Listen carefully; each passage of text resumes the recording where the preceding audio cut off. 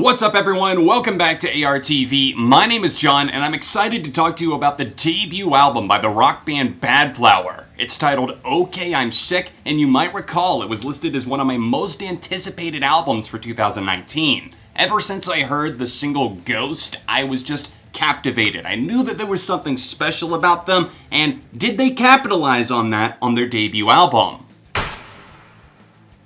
Badflower got their start in 2013. Lead singer Josh Katz eventually rounded up more members. They became a four-piece. They dropped a trilogy of EPs leading up to the album's release, and a lot of people didn't really take notice until the latter of those EPs, Temper, that dropped in 2016. Their single Soap got them some attention, and obviously when Ghost released in 2018, people were going crazy for the song, and rightfully so. It deals with mental health, as does a lot of this album, in a very head-on type of way, a very realistic type of way. There's a lot of artists that are now starting to talk about it more, but this is something that I can relate to because it feels so genuine, and Josh Katz has the voice of both an angel and also a demon because he can let loose and let all hell break loose, but he can also really reel it in and get you in the feels. There are a few re-recorded versions of old songs such as Heroin and the Jester that appear here, but for the most part we're getting all new material, so that had me excited as a relatively new fan, and I think they definitely delivered the goods on their debut record, Okay I'm Sick.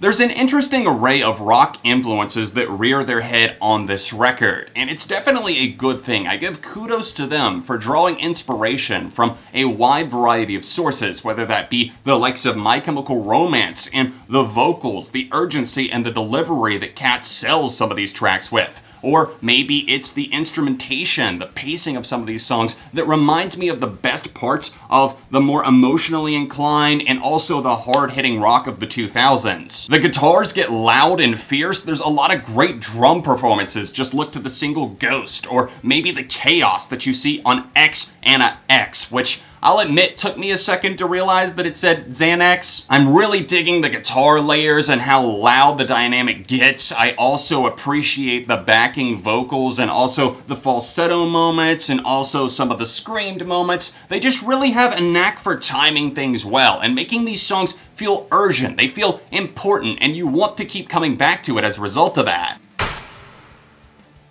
Frontman Josh Katz himself has admitted that he slips into a character when he goes into performance mode, and I love that character. Honestly, even though I don't agree with every message that's presented, I always like to hear him out because it's so damn entertaining. And obviously, another thing that is going for this album is the band, how tight they feel. You can clearly see that they have chemistry together, both live and in the studio, and it comes out on Okay I'm Sick in the best way. The listener can easily appreciate that Badflower don't bullshit you. They go for the darker topics, where Daddy, for example, takes on an abusive relationship, something that occurred over the course of years and eventually leads a girl to the deathbed with her father. They also have more lighter inclined songs. Promise Me, at least at the start, is a love song, it seems, but eventually fades into something darker. But my god, the charisma in the vocals, you want to shout along after your second listen. They do a fantastic job of having a keen and sharp insight, both lyrically and musically, and that's what keeps you on the hook and wanting more from Badflower. The first half or so of this album does feel stronger than its second half, but that's not to say that there aren't a lot of good things going on there. There's a few songs that feel a bit too drawn out, including the closer Cry, but still, we'll get to it in the track list breakdown.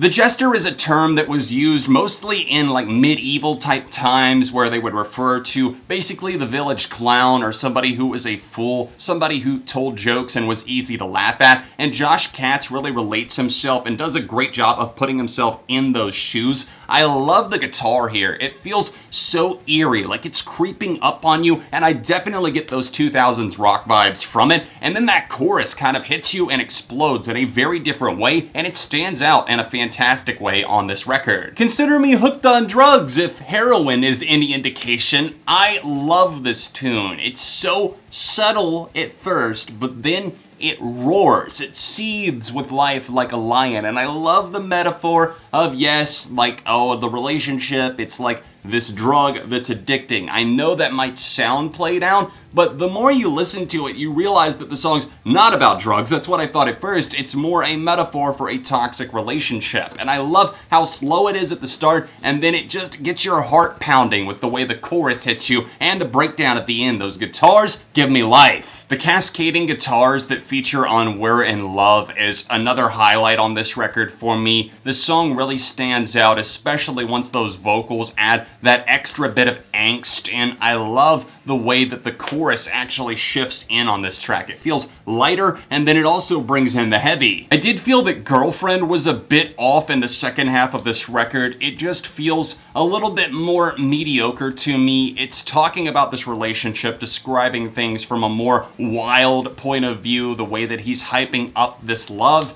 and I have a hard time getting into it and connecting with it for some reason. Don't get me wrong, I like the idea behind the song and what it's going for musically, but it just doesn't grab me in the way that, say, for example, Die does. It's a song that is very over the top, very confrontational towards Trump, but I love how manic it is. It's almost like somebody with wild eyes screaming at the camera with a microphone, and I'm there for it. I'm tuned in. I might not fully agree with the message. It might be a little bit strong for me, because die is an intense word, but still. Heartstrings start getting tugged at in an intense way on Promise Me, a cut that definitely took a few listens to settle into my mind and subconscious, but this is a track that really hits once you let that roller coaster of emotions take you over. It's so good, I shed a few tears, not gonna lie. 24 also talks about the subject of growing older and not being able to accept the fact that you're no longer going to be looked at as a kid. Maybe you're not going to be as full of life as you once were. And this song has a dark, brooding sensation to it that I do love. Once again, I'm a sucker. There's some emo influences thrown in there, and I love the mixing on this one. The production is fantastic. It feels intentionally kind of lukewarm and eerie, like it's slowly sliding onto you.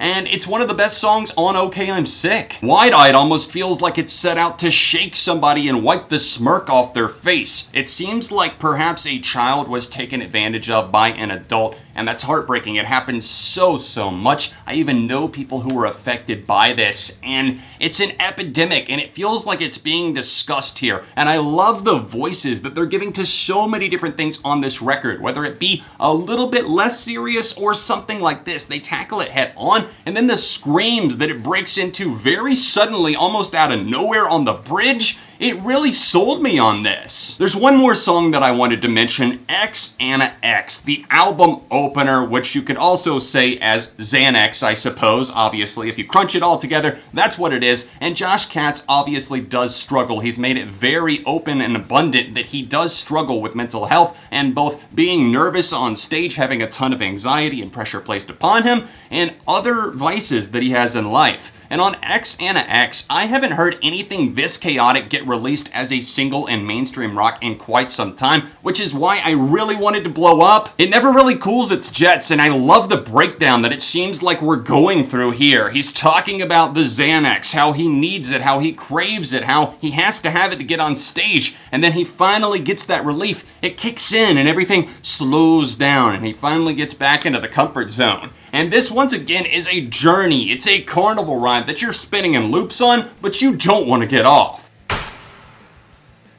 Badflower are a band in rock that you can so easily root for because the songs feel fresh and original, and there's so many bangers here that I know people are going to continue to connect with and keep coming back to. Whether that be Ghost, the single that impacted millions already, or some of the newer tracks that people haven't yet discovered. This is an album that I am definitely going to keep in my rotation, ordered a vinyl copy for myself, and I hope that you'll check it out as well. There's a link to stream it in the description down below. As far as my rating, I'm giving this a strong 4 out of 5, and I'm going to say it's going to have a very high replay factor, at least the majority of the songs, even if there are a couple towards the end that I don't care for as much. Appreciate you guys tuning into this review. Let me know your thoughts on OK I'm Sick by Badflower in the comments section, and if there's other albums that you want to hear my thoughts on, then feel free to drop a comment. Don't forget to leave a like on the video, and subscribe to the channel if you're new in town. Stay tuned, I've got a lot of other great videos planned. If you want to connect with me on social media, follow any of these links that you see here in the description down below. If you would like to support support the channel on Patreon, then hit up the top link down below or else the annotation in the corner and see a couple of recent reviews right here. Other than that, I'll see you soon for more on ARTV.